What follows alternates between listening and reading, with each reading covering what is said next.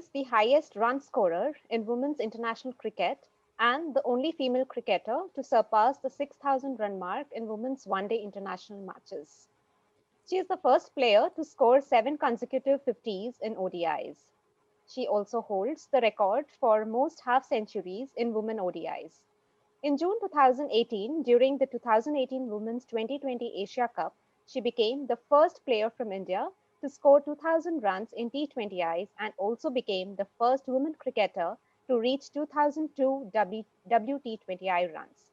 A recipient of several national and international awards, including the Wisden Leading Women Cricketer in the World in 2017, Arjuna Award in 2003, and the Padma Shri in 2015.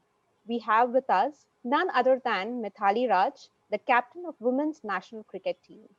On behalf of Social Story, I welcome you, Mithali Raj, and it is an honor to have you with us this evening. Well, this was just a short introduction. I would like to share a few more interesting points about Mithali Raj, whose name is synonymous with the sport in the country. Born in Jodhpur to a Tamil family, Raj grew up in Hyderabad learning the basics alongside her brother Mithun Raj, having made the tough choice of giving up on her passion for dance. Yes, Raj was a passionate Bharatnatyam dancer and she learned dance for 8 years. However, destiny had different plans for her and cricket happened by chance. Mithali started to play the game at a tender age of 10, and at the age of 16, she was picked up for the Indian team.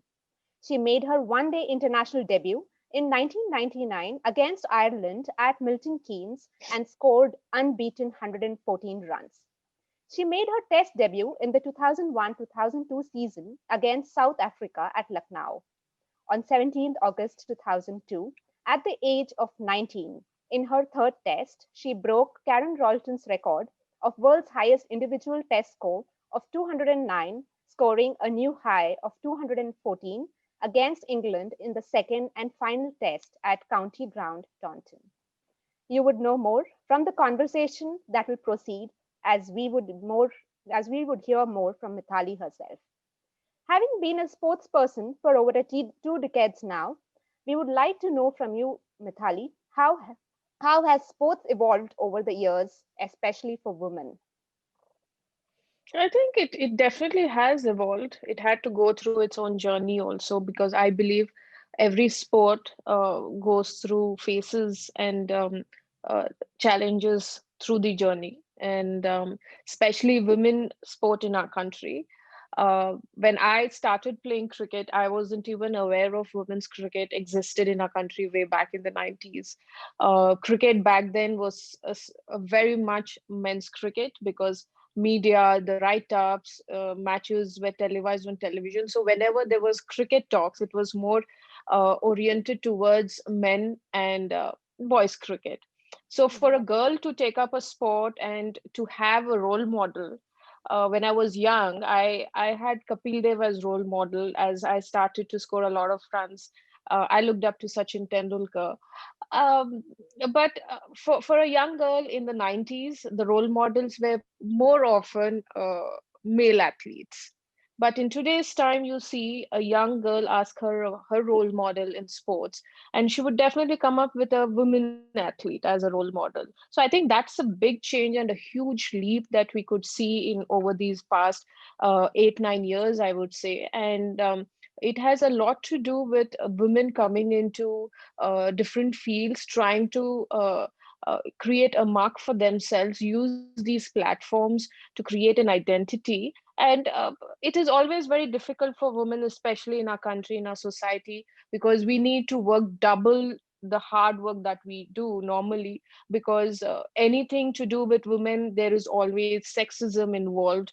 A woman is not generally looked for her ability or appreciated for her ability or her skill and her performance, but a lot other things. So it definitely requires a lot more for women to come out and be more successful, because the recognition is also quite lesser than what the male counterparts come across in their respective fields. But I'm happy it's changing, and we have a lot to do with the way our society is also evolving. Parents are taking interest to send their young girls into fields which were never been um, you know for women in the past, whether it is air force pilot training, or getting into driving a train, sports, cricket, or even boxing. I see a lot of girls coming in. We have a soccer team which I was not even aware for the past 2 3 years. So I think it's good to see media also coming and writing few articles about women athletes. Right, right.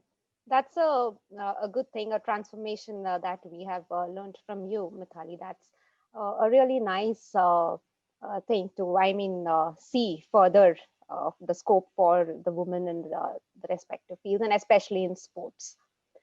So, knowing the fact that sports is important in everyone's lives, what needs to be done to make it a part of everyday life?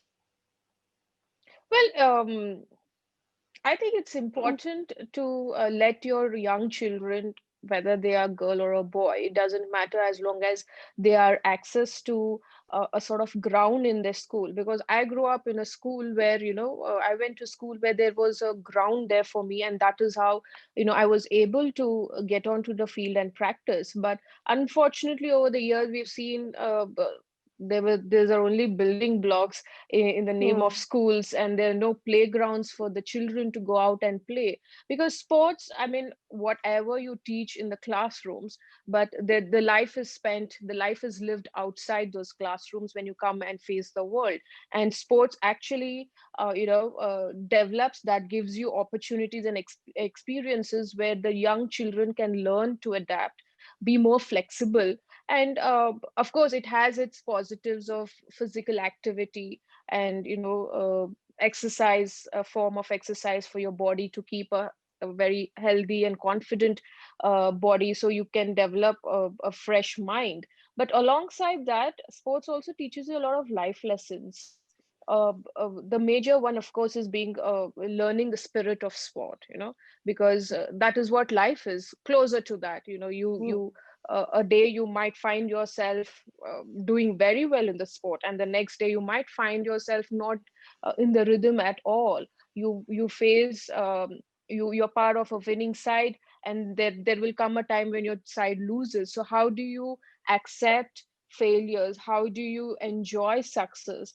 The fall and the rise of it is what sports teaches us. And alongside, there are a lot other things that it teaches. So I wouldn't say that everyone has to get into sports and take it as a profession, but it should be a necessity for every young child who's going to school to at least try a sport and learn something during their school academic years, because that's the culture I see when we go to Australia, when we go to New Zealand, the other countries where that is part of their academics, Correct. that year, the school going years. So we should also sort of have that kind of structure where in schools they're allowed to take up one sport and continue.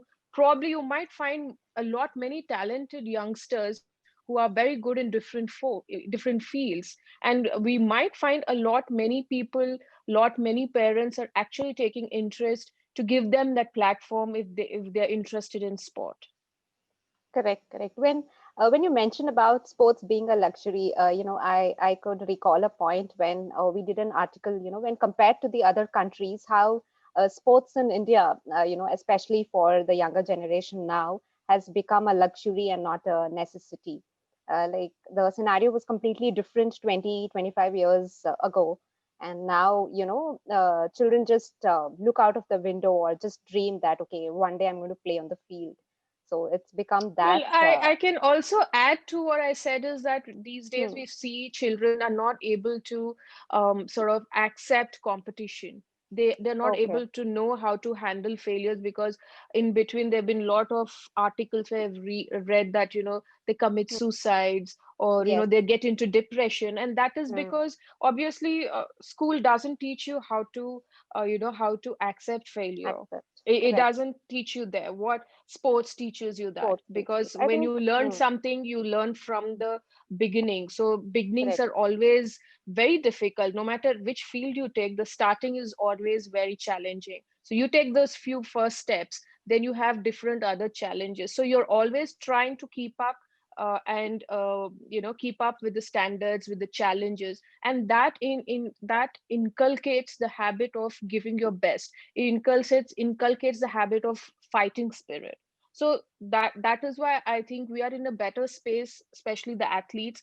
We are more Mm, flexible, we are not rigid in our thoughts. So even if you give correct. us a situation, we are able to counter that. Whereas a Exactly. normal young child is not able to do that because they are not facing those situations in that young age. So when they actually face the first failure, they are not Hmm. able to grapple with it. Correct, correct. And it becomes very difficult for them to cope up with it. And I'm sure sports is the only, thing which in school can teach you to overcome challenges or to, overcome, beat the hurdles that come in life, as you rightly pointed out. That is very true, Mithali. So the next question is how girls from rural India can be encouraged to participate in sports, because we see a lot of girls, who are not as privileged but are still very talented and but they don't find a platform to play or to come out on the fields. See, unfortunately, the big academies are set up in the cities, the Hmm. metropolitan cities, Hmm. and because it is more convenient for them to run the academy with the different sources, equipments, and everything. I Hmm. understand that, but there are a lot many young girls also, especially in women's cricket. We've seen who've come from the interiors of our country. Some Hmm. like literally like I remember Ekta Bisht, she's from Uttarakhand. Okay. Real, like she says that each she has to go to her house, she has to climb. She doesn't have a one straight road to go to her Oh. house. So she says that's sort of a exercise for me, and that's why she's one of the thinnest person in our team. So Okay. coming from those parts, and still she had this passion to Hmm. play cricket. And when you have passion, you'll always find ways, because Correct. that's how it is. Yeah, I mean, if you want to achieve something, you'll always find a way to get there. And for the Hmm. for the girls from the interiors, I'm sure there are a lot many people who've shifted their base to the cities to find greener pastures, like facilities. Like there are few who've come from Nalgonda districts to Hyderabad to start playing cricket.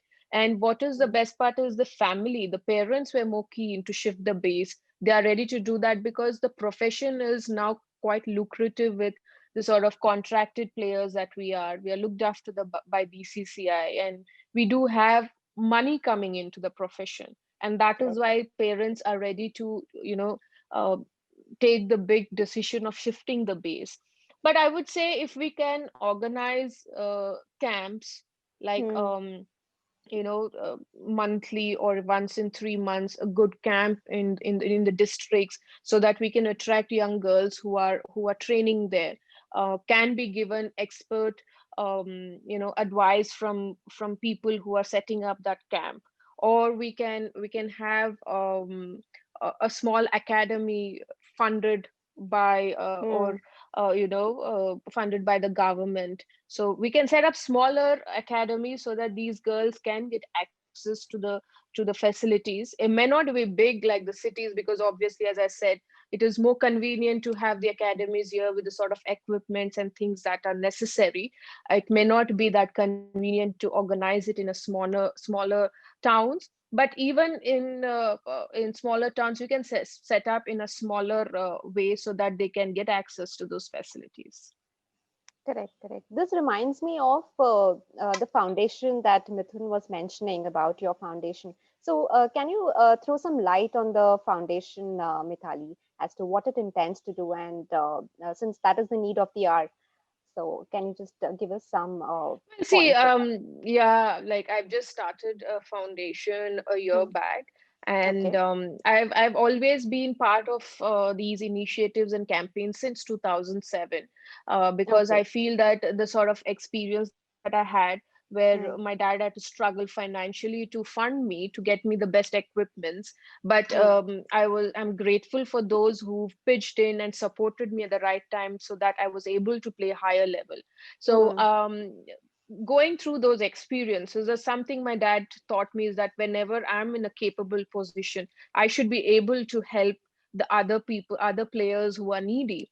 And True. I go to different academies for training, and I see a lot of young boys, even girls for that matter. Sometimes they have torn shoes, or they play with equipments that are really like worn out, and I sympathize with that. So I used to express that to my mother, and I said, like, I feel really bad. Of course, I Mhm. share some of my equipments, but how much can I help them, because they want to play higher level. So Correct. she said, why don't you start something small like this, like she said, why don't you give them some money and help them? But I said, it's just one time benefit, but probably they need a constant support. Support. Some of them are very talented, come from a very small background. Sometimes for them 2 meals is also very difficult, and those Mhm. boys come and bowl for me. So in some way I want to give back to such players who have so much of passion. And that is why we started this foundation, where financially we are able to assess these players and give them the Okay. facility. Like, I'm still not in a position to open an academy, because I'm a current player, and that requires Hmm. a lot of time, of my personal time, which I can't invest right now. So Correct. I thought, maybe if I can fund them or give them access to facilities, like Okay. enroll them in an academy and sort of financially fund them, at least they can continue their passion, continue to try and create opportunities for themselves. Correct. Correct. This itself would, I'm sure, help them, or provide them with a boost that is required. A platform is all that they require. Yeah. So yeah, I think this would really help in that. So Mithali, what is your say in women in sports? Well, in what Women in terms are you? sports, yeah.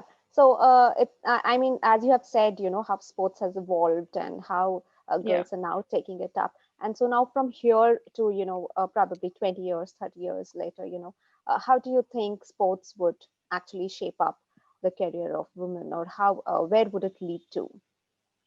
Well, I definitely see that a lot of things happening for women in sport, clearly, because it definitely opens a lot of avenues.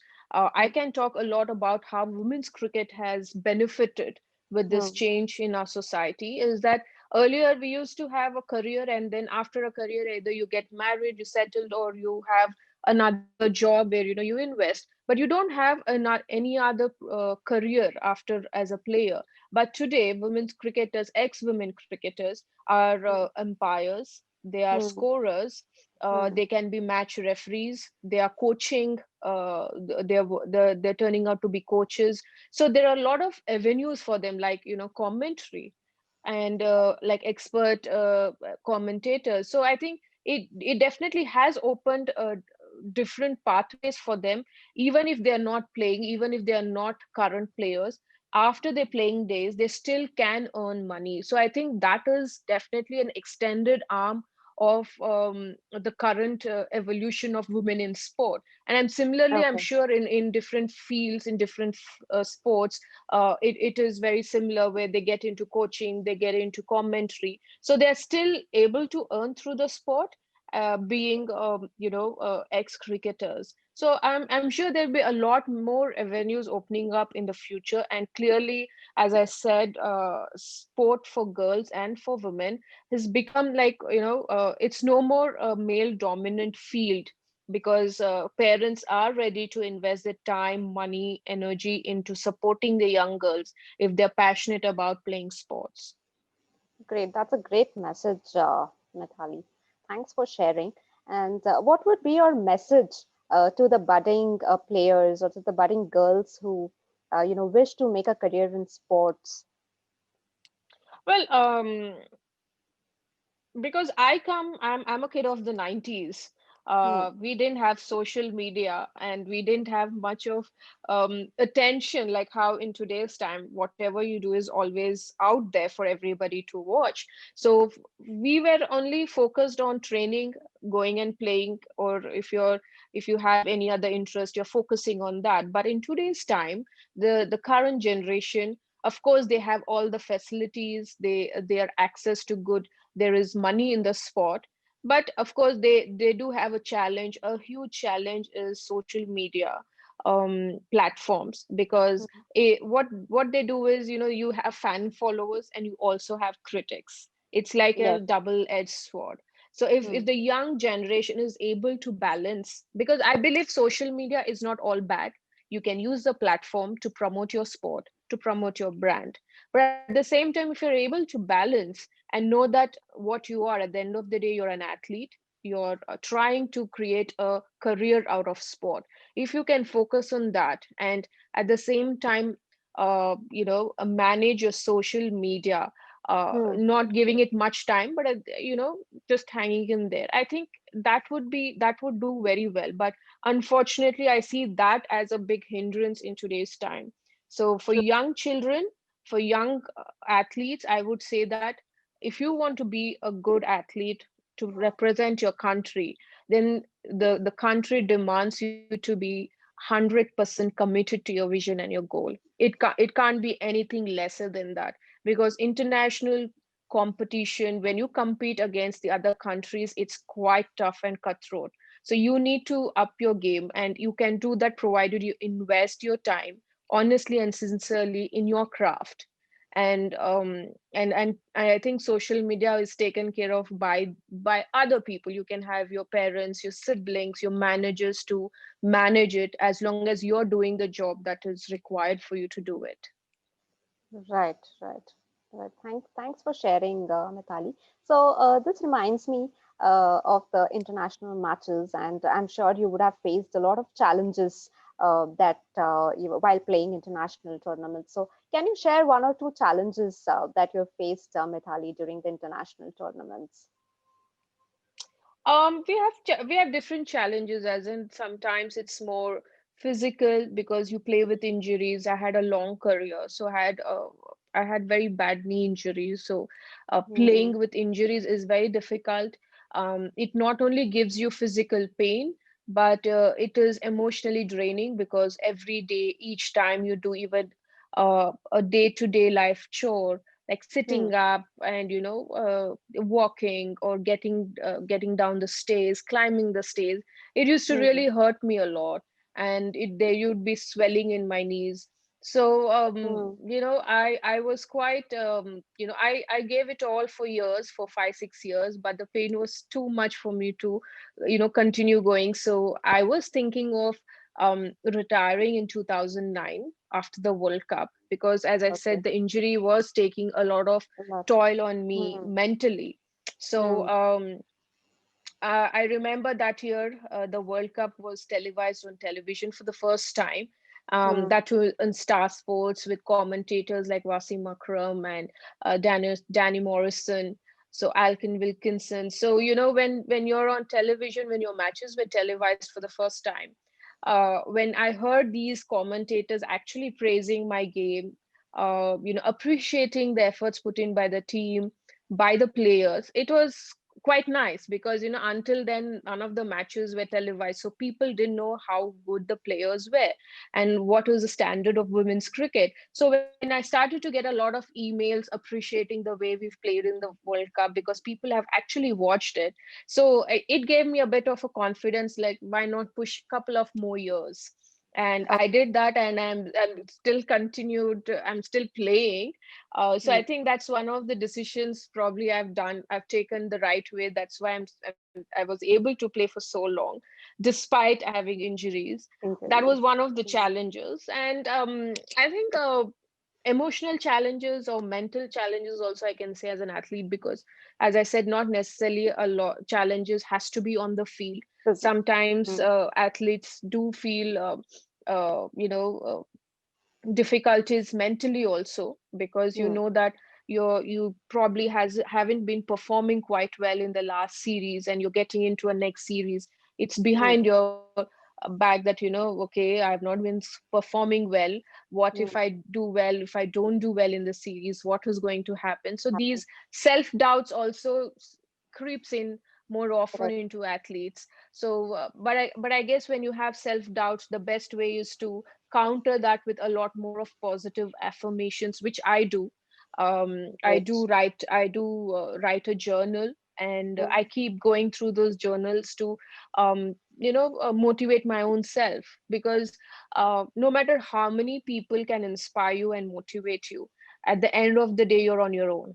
So you have to be able to self talk and motivate your own self to come out there and give your best, despite all those challenges, all those self doubts that one can feel within their head. It is the same person who can come out of it.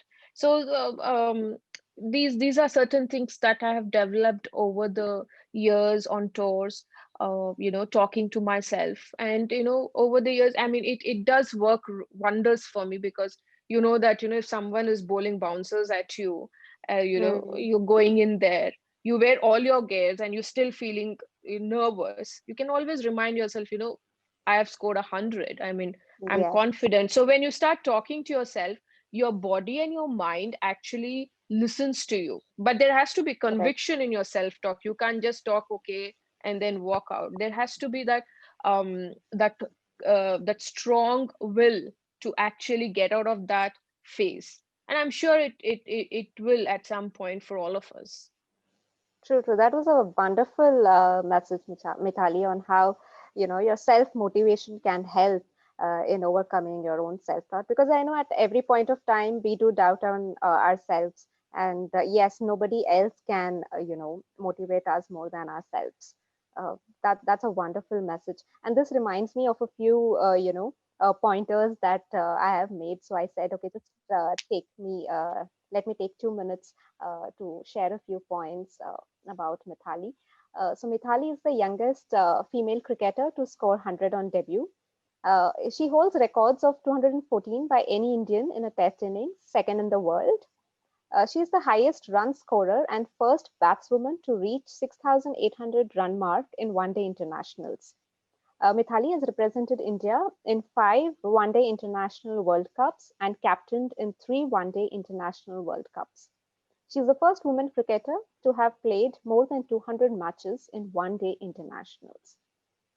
And so these were a few points that I thought I should mention about Mithali, and how India needs to be proud to have people like her who serve as an inspiration to all of us, be it the sports person, or be it for any woman, or be it for anyone on this world. So very glad to hear from you, Mithali. I would just like to hear from you a message on social story.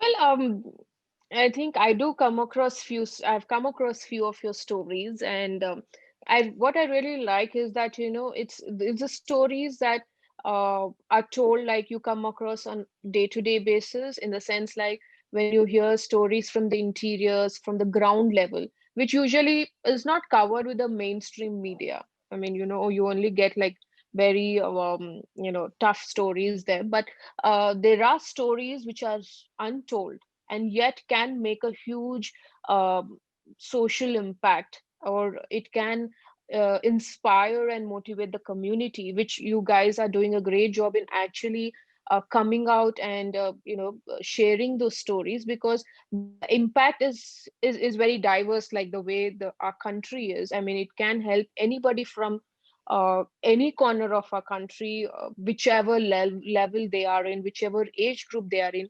These stories can actually inspire and motivate you. And what social story does is it just shows the real fact that these stories can inspire anybody on a daily, day-to-day life, on a daily basis. Because I mean, there are so many times even I've been inspired by some random stranger, like listening to their story when you're traveling, and suddenly you overhear somebody sharing this story, and it takes you to think like, okay, there is someone who's struggled but they have overcome it. You can take the positives out of a story. You don't necessarily have to know a person, but just the story itself impacts you. So I think you guys are doing a good job, because everybody in our own capacity, if we can inspire people around us, I think that is something, a life lived worth. Thank you so much, Mithali, for your beautiful say on this. And at the last, I would just like you to leave us a message that would serve as an inspiration and motivation for all of us to hear from you, and the message that would be etched in our hearts. Well, my message is that, for people who are ambitious, who opt career as they as a priority in their life, whether men or women, should not feel guilty for it, because everybody are ambitious and it is not a bad thing.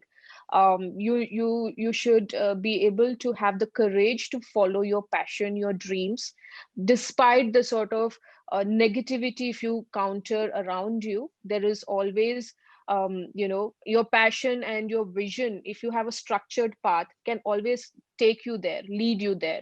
And have a good support mechanism, like family is the most important thing, because even as an athlete, when we go through difficult phases, we are always banking on a family, on our friends. Right. So have a group of people as a support mechanism, that a strong support mechanism. And I think as humans, it's important that we are all compassionate towards each other. That is something I find missing in the last few years, which I feel is very needed in today's time, is that compassion for your fellow people, fellow person, whether Correct. the gender doesn't matter, the age doesn't matter, as long as you empathize with people around you, that spreads a lot of positivity, and probably somewhere it might change someone's life. So yeah, I think that's something I definitely wanted to put across. That's amazing, Mithali. As you rightly pointed about compassion, yes. I think just like anything, compassion has also taken a different route. I think that it is lacking nowadays. So yes, that's a wonderful message that you have given. And on behalf of Social Story, I would like to thank you from the bottom of our hearts to for you to join us, and despite your busy schedule and all your tournaments and all, thank you so much for being with us and sharing an insightful journey of yours, as well as for giving a beautiful message to all of us out there. Thank you so much, Mithali. Wishing you all the very best from our side. Thank you. Thank you so much for actually giving me a platform to express, and hope people get inspired. And yes, I'm looking forward for some change in our society in today's time. If we are able to support each other in whatever capacity we can, I think we are doing a good job. That would be really wonderful, Mithali. Hope to see you soon on Social Story as well, and we would really be glad to have you as our guest in our upcoming sessions. If time permits, we would really be glad to have you again. So, Thank thank you. you again, once again, Mithali. Take care. Yeah, thank you.